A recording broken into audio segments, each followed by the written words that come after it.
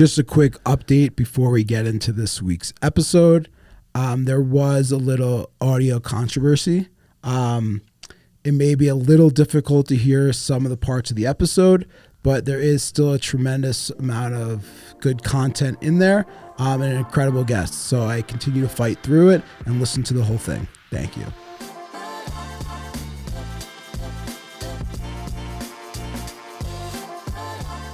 Welcome back to Recovery APN. My name is Dan, and I'm joined by my co-host, Andy. How you doing? Hey, pal. Pretty good to be here, huh? Yeah. It's been a few months, right, since our last episode? Yeah, we're, again, this podcast, we're jacked up to get going and hear David's story and keep it rolling, and being back out on campus. It's just beautiful out here. Yeah, August in Colorado is nice. Yeah, absolutely. The weather's been good. 46 this morning and 95 right now. It's unbelievable.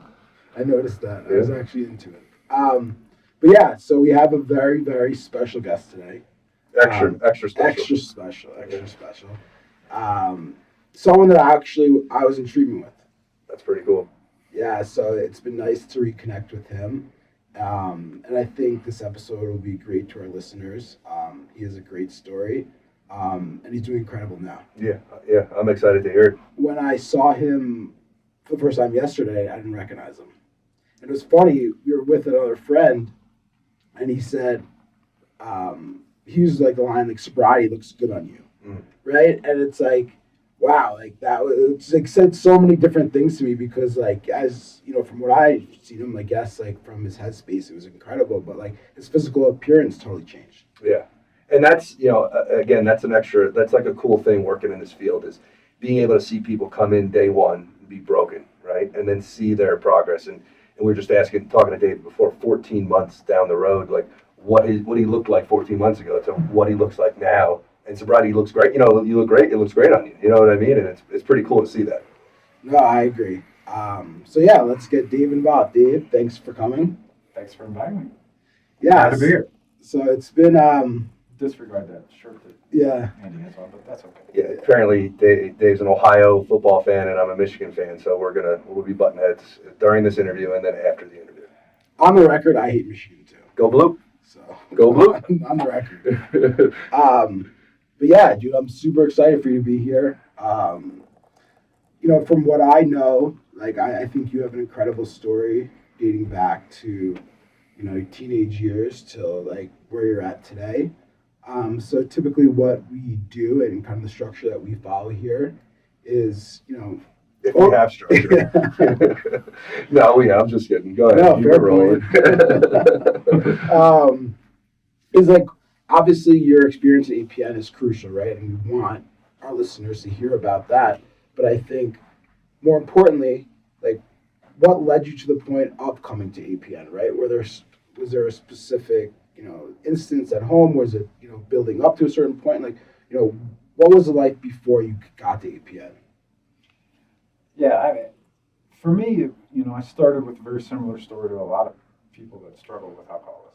And, I come from a family that was heavily engaged in alcohol, grandparents and things like that. So, I had some childhood trauma, a lot of things that led up to getting to where I was. And, I kind of held off from the peer pressure and stuff for quite a while. I mean, I didn't start drinking until I was about 12. And I kind of moved on from there. Until 12. You missed that one, Dan. Dan went right over Dan's head. Yeah. It was great. Yeah, in grammar school, I was like, second grade, they were like, yeah, please drink the shot. I get it, Dave. Yeah, and so, then I kind of went through the same kind of high school story, drank some, some other things. Sure. And quit that, during sports I didn't do it, and college kind of picked back up pretty regularly. I was in a fraternity, and it was a pretty regular thing. Yeah. And then kind of went through onto my adult life and really struggled with anxiety, really from the childhood stuff, and I used the alcohol as an escape. Yeah. Right, and I ultimately ended up on heavy medication and heavy alcohol. Yeah. I think it's crazy, right? Because anxiety, like, usually people that suffer from it have had it from their childhood, right? And the first way I ever effectively dealt with my anxiety was alcohol and drugs, right? It was the first thing that ever worked to take it away, right? So then, as we're living, we develop that unhealthy coping mechanism with that, right? And then all of a sudden, 20 years down the road, now I'm drinking just to survive, kind of deal, right? Yeah, So yeah. I get it. You're caught in that circle of anxiety, and that crutch to get you out was the alcohol. Absolutely. And then your body becomes accustomed to that method of treatment. You're self-soothing. It needs it. And unfortunately, it becomes a way of life. Sure. And and then so then you fast forward it to, still successful in career, still had a family, didn't have all the true rock bottoms, but the drinking continued, got heavier, very progressive as we all know, and then the last few years, I mean, it was full blown alcoholism. I mean, it was drinking every day. Sometimes it was the first thing I did in the morning. Sometimes it's the only thing I drank during the entire day. Sometimes it was several days. The only thing I had was alcohol. And I went to an event, a fraternity event. It was my buddy's anniversary party. And I was at his wedding, and I hadn't seen a lot of guys in a lot of years. And went to the event. Was going there for 2 beers. There were kegs, there was jungle juice, Well, there was plenty of drinking and partying going on. But I was the only guy sitting on the cooler, my cooler, drinking the whole time while everybody else was out, throwing horseshoes and goofing off and eating. They're eating. There was a band out front. They were listening to them. I literally was behind the bar, sitting. And while other people are out enjoying things, I sat there. And at some point in the night, I just decided I was going to bed, and I went and got in a tent. It wasn't even mine. Yeah. And then realized I couldn't sleep there, and I hadn't had anything to eat that day. So I had a hot dog, and then crawled into my son's Jeep. And that's like a 12-hour day. It's like a long day, or is that like just giving a picture? That was, well, I probably had 4 or 5 before I got there, so I was only gonna have a couple more. Yeah. But. I had to have a few before. Well, yeah, you got to pregame. You got to loosen up a little bit. Yeah, listen, can't go in there cold. Yeah, so it was, a good 14-hour day, which is pretty common. Yeah. In the end, when I was Sure. in that full-blown Yeah. alcoholism. Yeah. Cool. Okay. And I got home the next day about 1, slept in my son's Jeep. And so super proud, good family guy. And the next day, one of my guy I owe everything through, Timmy, called me and said, "Hey, I'm really concerned about you." He's in recovery, and so he said, "I see you. I see where you're at, and you're in a bad spot, bud." And he kind of gave me. He said, "Hey, I'll come and get you right now, but to take you to treatment. If you don't want to go to treatment, then I'll be willing to read the 5-side burial ritual at your funeral, because that's where you're going to be." Wow. And that moment hit me like a ton of bricks. It was like a lightning strike. Hit me, like a feeling that I've never felt before. I mean, it chilled me to my bone. And I hung up. I said, I can't, I'll call you back. I hung up the phone, and I started making phone calls. I'm going to treatment. And 2 days later, this is when I arrived in Colorado. Wow. So, you're married. Yeah. And kids. Yeah. When you got that phone call, and I'm always curious because I personally didn't have to go through this, and I'm always curious on the reaction. Like, obviously my parents and my family played a big part throughout my journey, but when you had to have that discussion, and I'm sure a lot of APN clients now and people out there listening have had that tough conversations with their family, but what was that conversation like after those 2 days, right? After you have that phone call and having to speak to your family saying, yes, I'm admitting defeat, right? There's that surrender in you saying, okay, I need to get help, right? And now you have to go tell your wife of many years, your kids that look up to you. Like, what was that experience like? It was odd, but I had been so withdrawn from my family and so isolated. I mean, I lived in my garage basically, other than to go to the bathroom and sleep. Sometimes I even slept out there. So I was totally disconnected. But me thinking I'm fooling everybody on how much I'm drinking, and nobody's really knowing because I'm being creative on how, where I'm putting the trash and all that, and when I broke the news, I told my daughter first, and because she was the first one home, and she works at a recovery house, and she immediately just went into, "I'm proud of you. Where are you going to go?" And I said, "This is where I'm going." And she was on the phone and off running. My dad came to my house immediately, hugging me, and just being. I mean, he was in tears because he didn't know what else to do. Sure. My wife and kids were totally supportive. My whole family is extremely supportive. Proud of the accomplishments and the strides that I've made so far. So I'm very fortunate in that regard. I had a ton of family support, a ton of friends support, and a ton of work support. I mean, my employer, they were all for it. Yeah. And anything that, they could do to help me get through this. Was this your first treatment? It was. See, that's something that you see, right? And I was somebody like that too. I went to treatment once, and I got a lot of love. What you're saying, the love and the support, and we're proud of you, and this is great, and do it. But when we get to talk to people in recovery at APN and then on the show, when people have gone to treatment multiple times, that level of support is still there, but it starts to be, it's a little less and a little less. Like, hey, let's prove it, Pop, or let's prove it. So the fact that this was that first time and you had that support, I think it's huge, and I can definitely relate to that too. Yeah. Yeah, I think what's interesting also.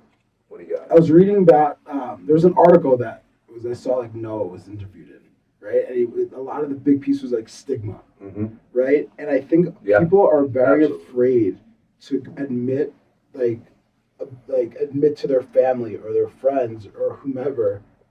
Because of the stigma that like people would look down upon them, that right? I'm weak or something. Yeah. Yeah, or it's like even you brought up your employer, right? Like they're afraid to go to their employer and say like, yes, like I am addicted to drugs or alcohol, right? I need help. And I need help because they're afraid about what their employer is going to say, and because there's a stigma out there that maybe like an alcoholic or a drug addict is less than, or so much different than a normal person, and I think. To hear that point, right? It's like, and I had the same experience also, where like, and I come like, my family, is in recovery also, or a bunch of them are. So it wasn't like I was afraid. It was like almost like I thought I was better than them. So I kind of had that stigma also for a little bit. But like when I asked for support, like they were there, right? And I think majority of the families out there, like nowadays, you'd have to imagine that like people are just afraid to talk to them because of the stigma they made up in their head versus the actual representation of what their family would say to them, saying, "Of course, we'll do anything for you," and like whatever means they have to help them. So I think it's like a wonderful like story to hear because I do think most families would react that way, but the story you make up in your head before you actually tell them. Yeah. How could you? Completely different. Yeah. That's that fortune telling aspect. Yeah. Fancied or real, right? Yeah, that's right. Real quick before we move on, I wanted David to kind of touch on that one part of the story you talked about, the concept of, hey, I was going for 2 beers, and then 24 hours later I wake up, right? I think people that don't have a problem with alcohol or drugs can find that difficult to relate to. I know that I can relate to it, right? The idea of, hey, I'm going to have 2, and then all of a sudden it's 2 days later, right? And I wake up in another state or something, right? Yeah. So can you kind of talk about what that looked like a little bit? I know that's, how do you really talk about that, but give us some insight there. Yeah, I mean, it's really, you kind of lose sight of, you lose the ability to really control any of this. It becomes, it becomes that obsession and that phenomenon of the craving, and how you react mentally once you get that first taste. Yeah. It's so soothing, and you just don't want to leave that feeling. Yeah. And you keep going and you keep going, even though you're making bad decisions and you're making bad decisions and it's bad for you. You with this disease, you will continue doing it and make those decisions. And as much as you want to get away from it, unless you surrender to it, you can't get there. Well, there's that part of that physical, like we lost choice, right? We lost control there, right? So once to my brother, when I say, hey, I'm gonna have 2 beers and I'm out for a week, he's like, what's wrong? And it's out of my control at that point. It's like, it's that reaction. It's an abnormal reaction. And abnormal, obviously, like my brother doesn't have an abnormal reaction to a Xanax or to a Heineken or some whiskey. He has a normal reaction where I have a different one and I go, right, kind of deal. And that's always difficult for family or friends to kind of wrap their head around that. Yeah, I mean, I've seen that with one particular case where people just get into that, why don't you just quit? Yeah. This is all willpower. Yeah. You're just a weak person. Yeah. And, those are the same people I tell to go jump into a swimming pool, hold their breath, and don't breathe in the air. Because that's what it does. You have to have it to survive. Yes, sir. Whether you know it or not, Yep. that's what's going on physically. Absolutely. It's a disease of the body and the mind, It's a two-part problem. So now you choose APN, right? 2 days later, you get on a flight, you go to detox out here, then you show up, right? Like, what's the mindset of like walking in here? Like, what was the first impression? Like, and I'm also curious too, since it was your first treatment, right? Like, when you walked through those doors, did you already make the decision that like, I am an alcoholic and I'm going to do my best to never drink again? Or was it, hey, let's just see what this is about? Yeah. And like, let's get everything under control. If things are cool here, like, all right, I'll give it a shot. If not, like, I can go back to my old ways. Yeah, I mean, for me, at the end, I was just so tired of, drinking was no longer fun. It was just something I did out of necessity. So when I got here, I was happy that I had a solution that might work, right? I had no idea what I was getting into. I'd only heard stories. But when I walked in the doors to here, I had first reaction, wow, this place is incredible, but I was, skeptical. I was close-minded for probably the first 2 or 3 weeks even before I was like, I don't know. Before I started to really truly let my guard down and really get vulnerable and get humble and kind of accept and get honest with myself that, hey, you have a serious problem, both mentally and physically, because, as you guys know, I was not in the best physical shape when I walked in this door. I mean, I was 80 pounds heavier and on a fistful of medications. And, not on any of that, thanks to this place. But yeah, so I came in hoping that it would work because I didn't want to go back to the lifestyle I was in. Yeah. Now, do you think your first connection came with staff, or was it with your peers while you were here? Like, where did you feel support for the first time that was it with the roommate? Was it with your therapist? How did that go? I had a roommate in detox that came here as well, and he was kind of like my first connection. But the staff really helped tremendously because they really made you feel welcome, and with the RAs and everything, they kind of went out of their way to make sure you got to where you were going and knew the process. And Dan was very helpful. He was, like I said, we were in together, but he was here a little longer to help me. But the staff, shout out Dan. Shout out to Dan. Yeah. But the staff itself was the staff was great. Yeah. I mean, and I'm extremely grateful for some of the people that I had an opportunity to work with here, because this place, APN, and the staff and the experience that I had here is what changed my life. I'm a totally different person, mentally and physically, and I owe it all to this place. That's awesome.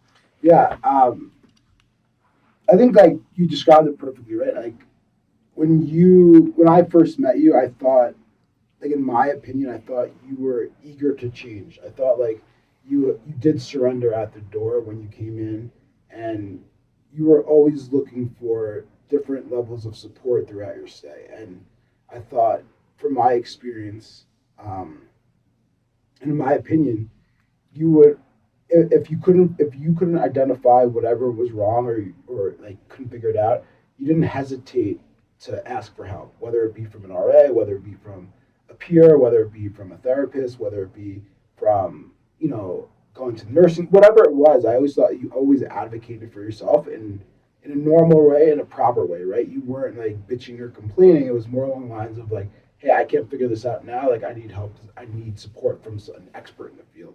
And I thought that was like, I thought that helped like your progress and your journey because like, you advocated for yourself, right? And I think some people don't want to advocate for themselves because they don't want to ask for support because it looks weak, right? And I thought that you always did that. And I thought you always worked hard, right? And I think that like people come to treatment and it's like, okay, I got myself here. I walk through the door. Now like everyone just like fix me, right? Like I'm good, right? Like I'm gonna physically sit in the group. I'm gonna physically listen, right? But it was like, what are your feet doing? yeah, like your mind's not going, right? And I thought like for like in my opinion and the experience I had with you in the groups, I thought, you were any type of homework.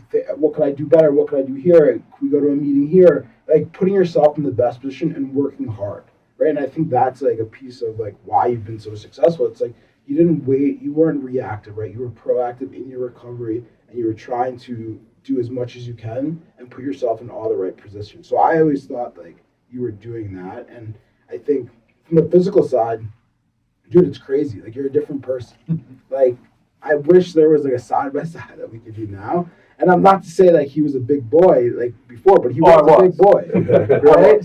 And it's crazy. Like I was saying before, like I didn't recognize you, but it's crazy like what a level of mindset, right, and where your head is at now versus there is like the where you're dedicating like your time and effort these days, right? Not necessarily like drinking or hiding garbages or this or that. It's like, okay, let's try to like put more like eat right or physical activity, whatever it is.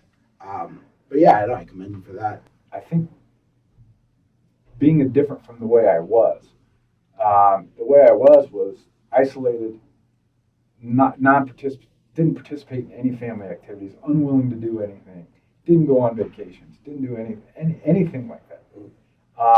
Everything that I liked to do in life was taken away by my disease. Sure.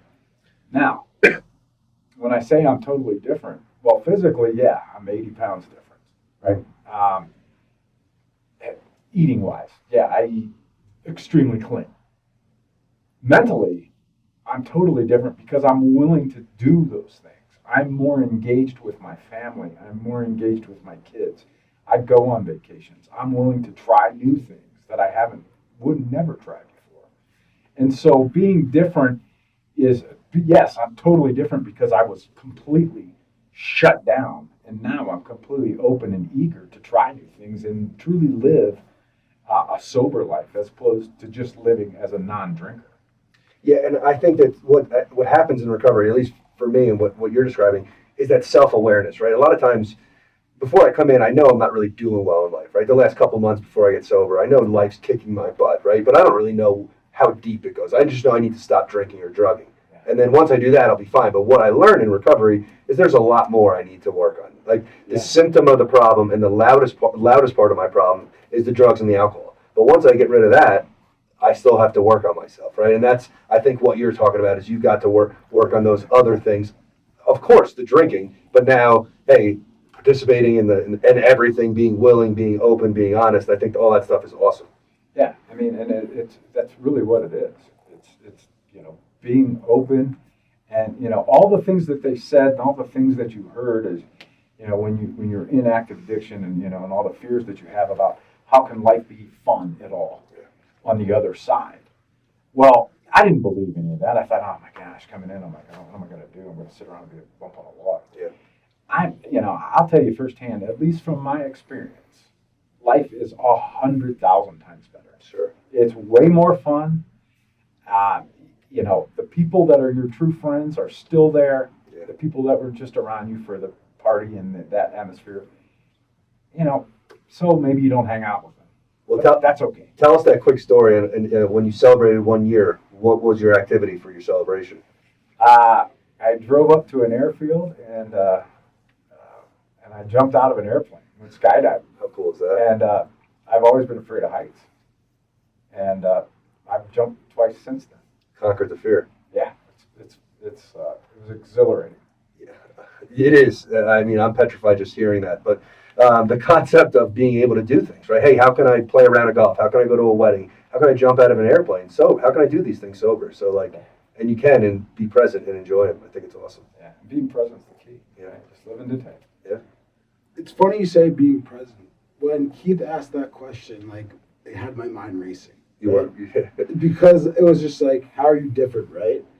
And I think that you're not necessarily different, right? But I think you're more truer to yourself, right? And I think that like you're more comfortable in your own skin, and you go back to like who you were before drugs and alcohol, and that's who you are, and that's where you represent yourself, right? I think when the drugs and alcohol come into your body, that's what causes isolation. That's what causes like for you to be, whether it be you get like very loud or quiet, like depending on how like drugs and alcohol affect you. Mm-hmm. Like I think if that removes you from who you actually are, and then when you remove the drugs and alcohol and you have an active recovery and you participate in whatever program you do, wherever works for you, I think that's when you start to feel comfortable in your own skin and confident in your own skin. And then moving forward, right, being able to conquer fears or whatnot. And I don't know, like it just seems to me it's like you get back to your old self when like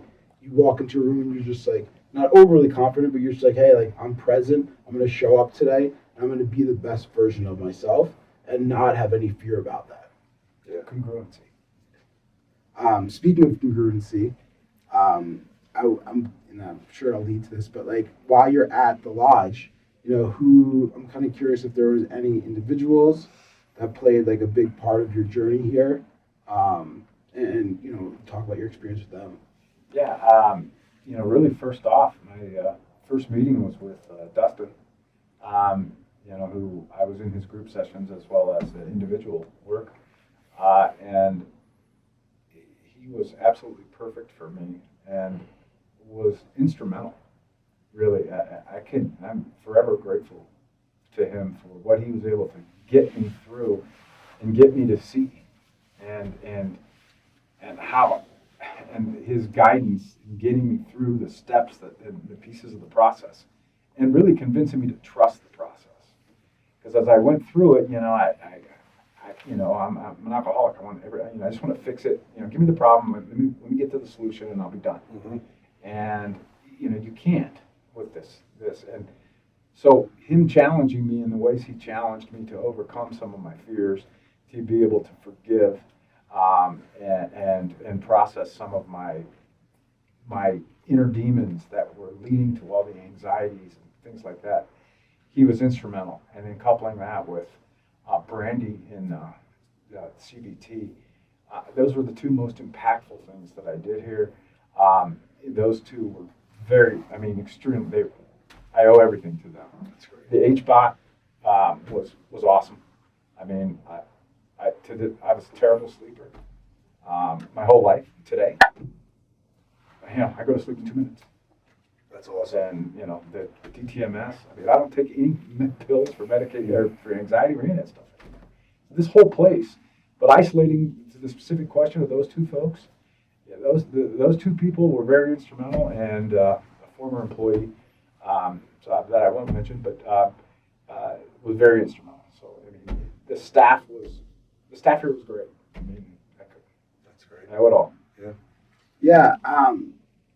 I had a very similar experience with Dustin, right? So it's like, for me, like, again, outside of my family, like, he was the most instrumental person in my journey, right? So, like, I get it, right? I think for people that don't know him as well, like, I'm kind of curious, like, yes, like, I think the challenges were good, but, like, for me, like, and I'm kind of curious if you agree with this, but, like, he's not someone that like you go in there, right? Like I've had many therapists in my life, right? But he's not. You don't go in there and just like ramble on. Like he doesn't let you just like tell your own story and like feel good. And I'm kind of like, and I needed that, right? Like I always look at him as someone that's like he's gonna knock you down, but he's gonna be the first one there to help like build you back up. And I don't know. I don't know if like a lot of other places have individuals like him or a staff like that, but like I don't know, like. And I think we have like incredible staff here, but like I don't know, like I would love for you to hear more stories about like your relationship with Dustin. Yeah, well, I mean, I can remember a few times. Well, the one I remember vividly is, he asked me how I was doing, and I sat down and I kind of gave him what I thought I thought it was a very good answer. It was script, I had it scripted in my mind, and Polished. yeah, I mean, and it was, had some clinical terminology in there. And he just kind of sat there and looked at me and goes, "Yeah, I don't even know what you just said." Because I don't even know who you are when you say stuff like that. So why don't you tell me a little bit about you and what's really going on? And I just kind of like, he goes, "Quit being a therapist. Tell me about you. What's going on inside you, and what are you feeling?" And so you're right. You couldn't go in there and just kind of lollygag around and hope to just get through the session, because he's going to be challenged very much so. And if he saw an opportunity to trigger you to see how get your reaction, he would take it. And that in itself, I hated at the time. But man, being out now and realizing all that was systematic and all that happened, all those things were done for a reason, to better prepare you for the challenges in life. And I think a quick shout out to Dustin, right? Absolutely. But he's also like that. Like he was never my therapist, right? But he's like that at the lunchroom. Like, hey, Andy, don't give me that. He's like a real person, and he brings that into therapy. And I think that's like again why it's special, and what makes APN a part of that. What makes APN special? Yeah, I got to sit in this group today and it was like a grandmother left. Yeah, it was very comforting. And the other thing I want to give you both a shout out for is that you guys have to be willing participants. You could have the best therapist in the world, right? So like sometimes it's not always about the transmitter; it's about the receiver. Meaning, like if you're ready to do your work yourself, like that's you know what I mean? Like if you're unwilling to do the work, Dustin can hammer you all day, and you're still going to leave and be the same person. So like again, you guys, just like we talked about earlier, the footwork. You guys came in and did stuff, and you did work, and that's great. I think that's great. Yeah. Before we kind of get into what was life like after APN and what you're up to today. How long did you stay at APN for again? 71 days. So I think, and we were kind of chatting about this before, right? I think when people think about treatment, right, they're like, all right, 30 days in and out, like I'm good, like blah, blah, blah. And I think the people that see the bigger picture, right, that don't put a number on the amount of days they're at treatment, I would say, like, most likely have better outcomes, right? And, like, I'm kind of curious on, like, was that, for lack of a better words, like a tough pill to swallow, saying, like, hey, I'm going to go to APN and I don't know how long I'm going to stay there for. Because, like, I don't know, you get some type of, like, oh, I need to go back and do this, I need to go back for my job, and my family, friends that don't, I don't know, like, there's all this fear behind, like, hiding where you are, and even if you're there, like, I don't know, I think there's a lot that goes on in it. And 71 days is, over 2 months, but I guess it worked, right? Worked for today. We're here, right? Yeah, absolutely. Yeah, I mean, I agree.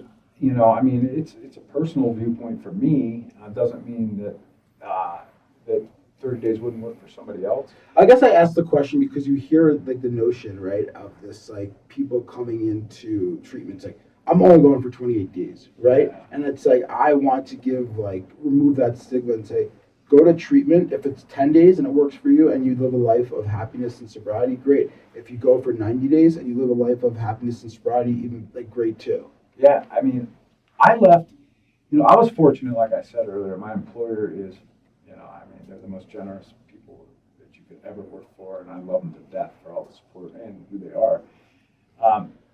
But they made it very clear: don't come back until you're ready to come back. Don't come back and then have to go back again in 30 days. Yeah.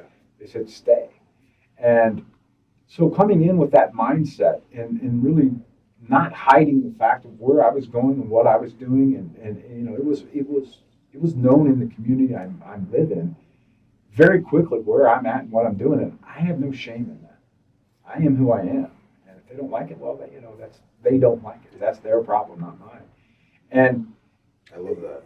Yeah, and so when I had planned originally, I thought maybe I'd go out middle of August, I'd go back, but I oddly enough, I got super triggered, like in the middle of August, and I'm like, it was getting close to when I was going to leave, and I'm like, I can't, no way I can leave right now. Yeah. And so I immediately extended for 2 more weeks. And I'm so thankful that I did, because during that time I was able to process through why and what triggered me and work through that with Dustin. Mm-hmm. And, and then I got to a point to where, all right, hey, I think I'm ready. And, I felt like I had put the work in and I worked hard. And, at some point in time, you have to go try. You have to try out try your new tools, if you will. Sure. But, I don't think there's any set number of days. And I think having an open mind about, hey, I'm going to go until I think that I'm ready. And for me, it was having some sort of affirmation from somebody that's a professional in the field saying, yeah, I don't have a problem. If I would have went to Dustin after 3 weeks and said, hey, I think I'm ready to go, What do you laughed think? at me. Yeah. I mean, because it took me 3 weeks before I even really started to Get comfortable. open up and break into what Get your feet on the ground, actually. Yeah. So No, I don't know, and I agree with you, right? I think why I brought that piece up, right, is because like the open mindedness, right? I think being able to say I'm gonna go somewhere because I need help, and however long or short it takes, that's the time I'm going to put in until I'm ready. All right, so let's take a dive into what your life is like now. So you get back, right? Your 71 day stay is up. Yeah, what did day 72 look like? You fly back to Ohio. Yeah, day 72 was my birthday. Oh, there you go. So, and 22, right? Yeah, I just turned 22, and it actually. Gee, that's a dad joke. You're too young for that. Yeah, come on. And so, and it also kind of had a little bit of, it was kind of a unique because there's two real main highways that get home. Yeah. And it's 71 and 77, Route 71 and Route 77. 71 days here, 77 days in total, including detox. Oh, wow. And it was my, the next day was where I, so it's kind of like, okay, all things are pointing that I should I should be going home. Yeah. And it was kind of a weird thing, but I kind of hung my hat on that. And so I go home. Next day is my birthday, and I got up the next morning, and I went to a meeting. First thing I did when I got up is got a shower and went to a meeting. And then I went and had lunch with our chairperson and my boss, and and then kind of started reacquainting with the family and getting my schedule set for my aftercare, if you will. Sure. For my first couple of days worth. And as simple as going to a meeting and going out to lunch sounds to people, I know from personal experience how difficult. Hey, because a lot of times we get home from treatment, hey, I'm going to hit a meeting every day when I get home.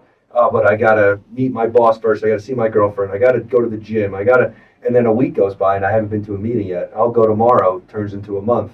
So to hit that right away is, again, another great job by you with the willingness and the open-mindedness. I get home and it's my birthday, but I'm hitting a meeting day one. Yeah. That's great. Yeah.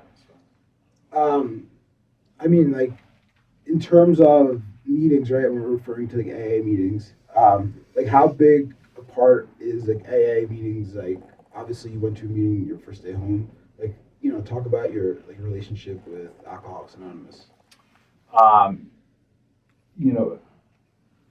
The combination of APN, the staff here, and the rooms of Alcoholics Anonymous is what saved my life and keep me sober today. I do go to a lot of meetings still. I do participate in the whole program, start to finish, from working the steps to having a sponsee. I live it.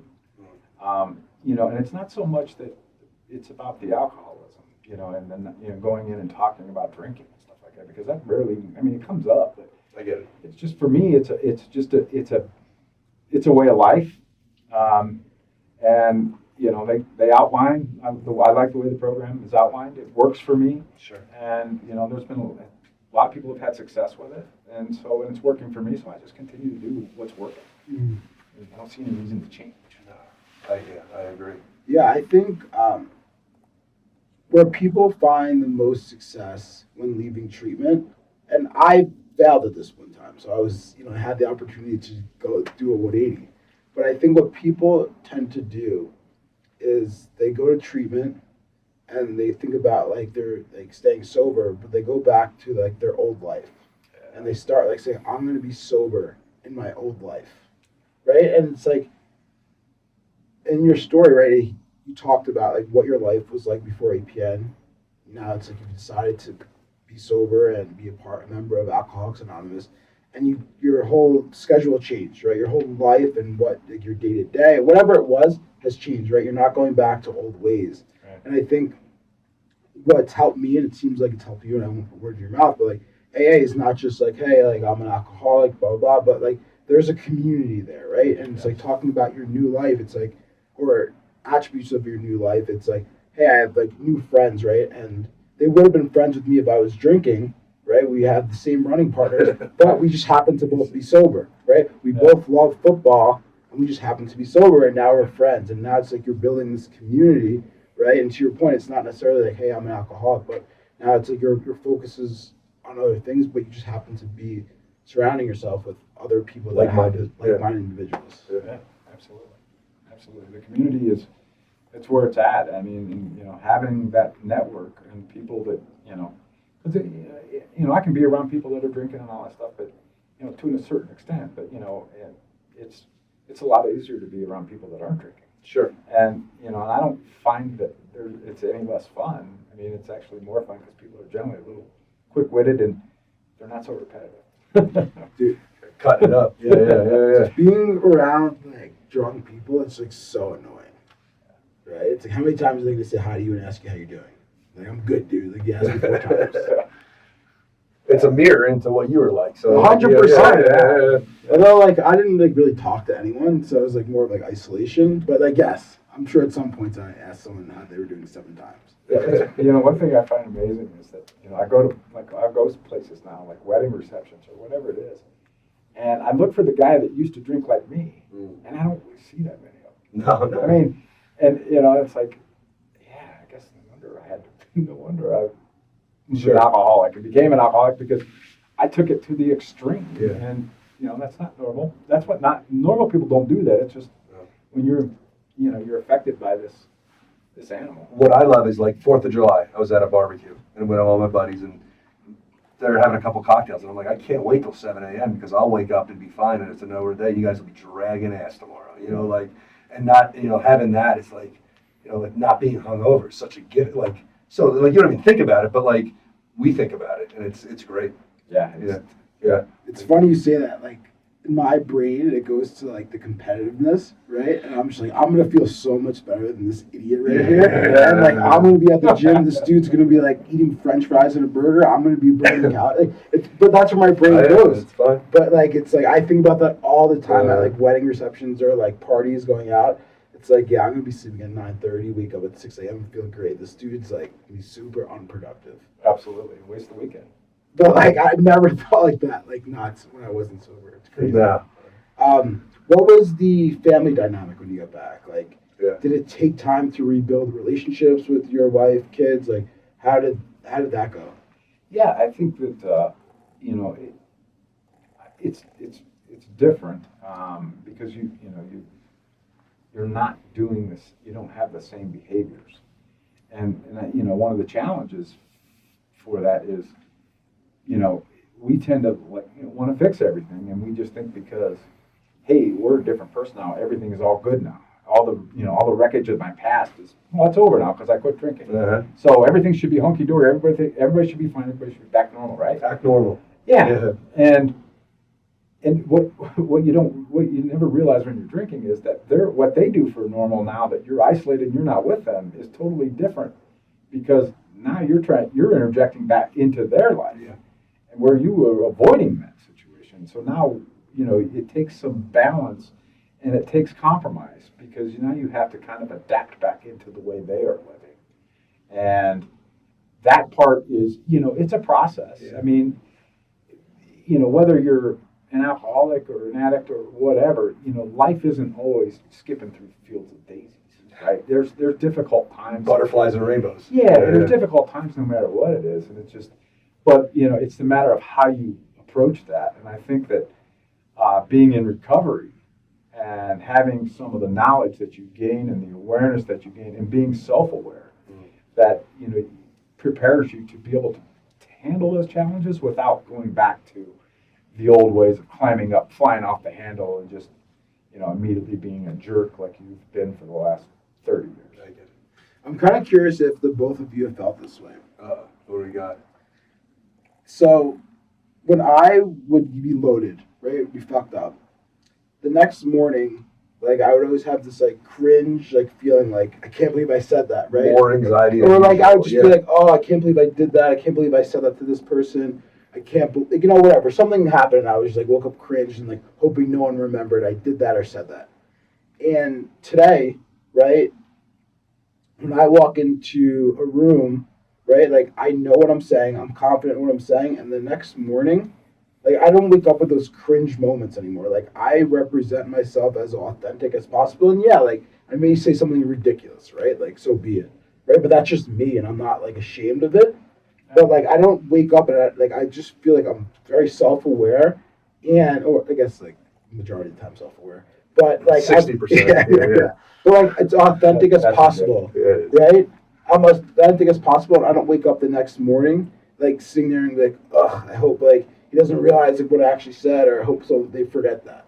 I'm like kind of curious, like if they have thought about that before, either of you. I'll let you go first. What do you got?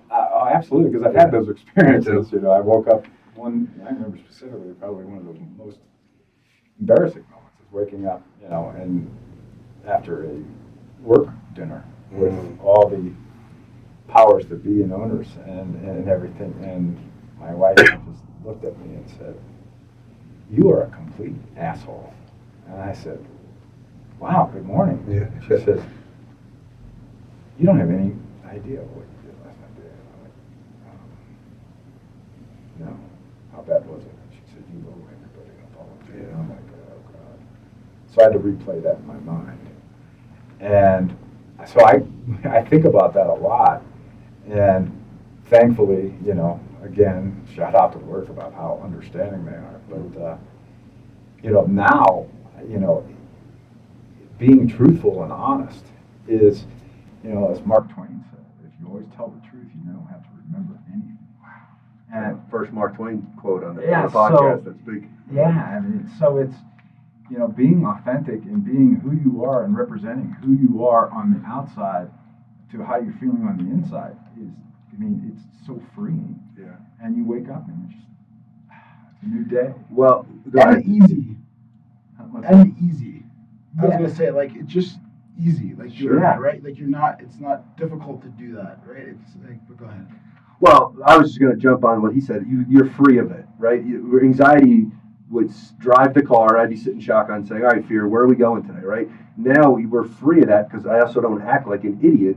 And if I do say, like you said, I say something that might be quote unquote outlandish, I'm saying it from a confident, like not a fearful based position. So I'm not walking around, I'm not scared, right? And the process, right, restitution and amends helps me go places and see people and have my head held high because I've cleaned up the wreckage, right, of my past, where I'm free of like the anxiety of like, I hope I don't run into Aunt Sally because the one time I threw up on the dinner table at her house, like I don't have to worry about that anymore. And it's freeing is the word I thought of the whole time. Yeah, I don't know. It's just like I always. I got no Aunt Sally either. I should have went with Aunt Rosie. I got an Aunt Rosie. No, I don't know. I just like walk into specific moments in life, whether they be like anxious moments where like seeing people I haven't seen in a while, or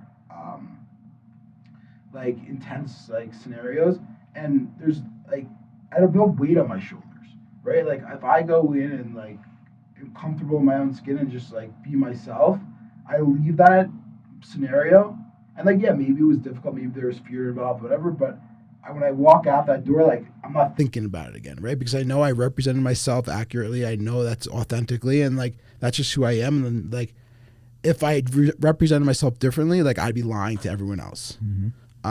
So I don't know, and I think about like my mom used to always say it to me, like when it's just like it's easier to tell the truth.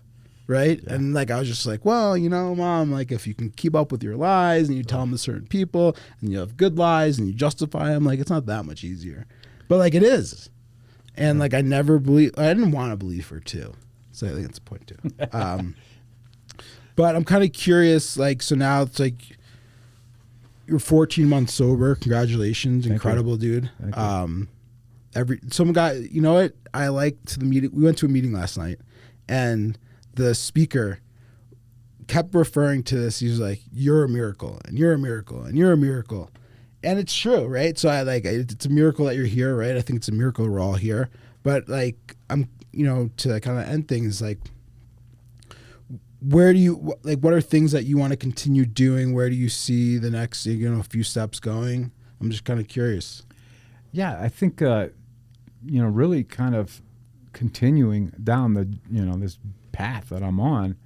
And it takes work every day, and like I said earlier when I referenced that, hey, I'm continuing in that path, continuing to use some of the skill sets that were developed through treatment, and continuing on with programs that I'm using today, and participating and being present, and kind of just living in the moment, and yesterday's history, tomorrow's a mystery, right? Yeah, absolutely. Today's the gift. That's right. So that's all. I don't try to plan too far ahead. Yeah, that was a stupid question. Shouldn't have asked that. No, there's no. Well, the people that say there's no stupid questions, there are stupid questions. Yeah, Dan, that was. I don't think that was one. I think that was a good one. Yeah. All right, so I have a better question. Oh, There we go. So- there we go. It's The Dan Show. So this is Yeah. a question for Do the you two of want me you. to No, I I'm leave? asking this question for the two of you.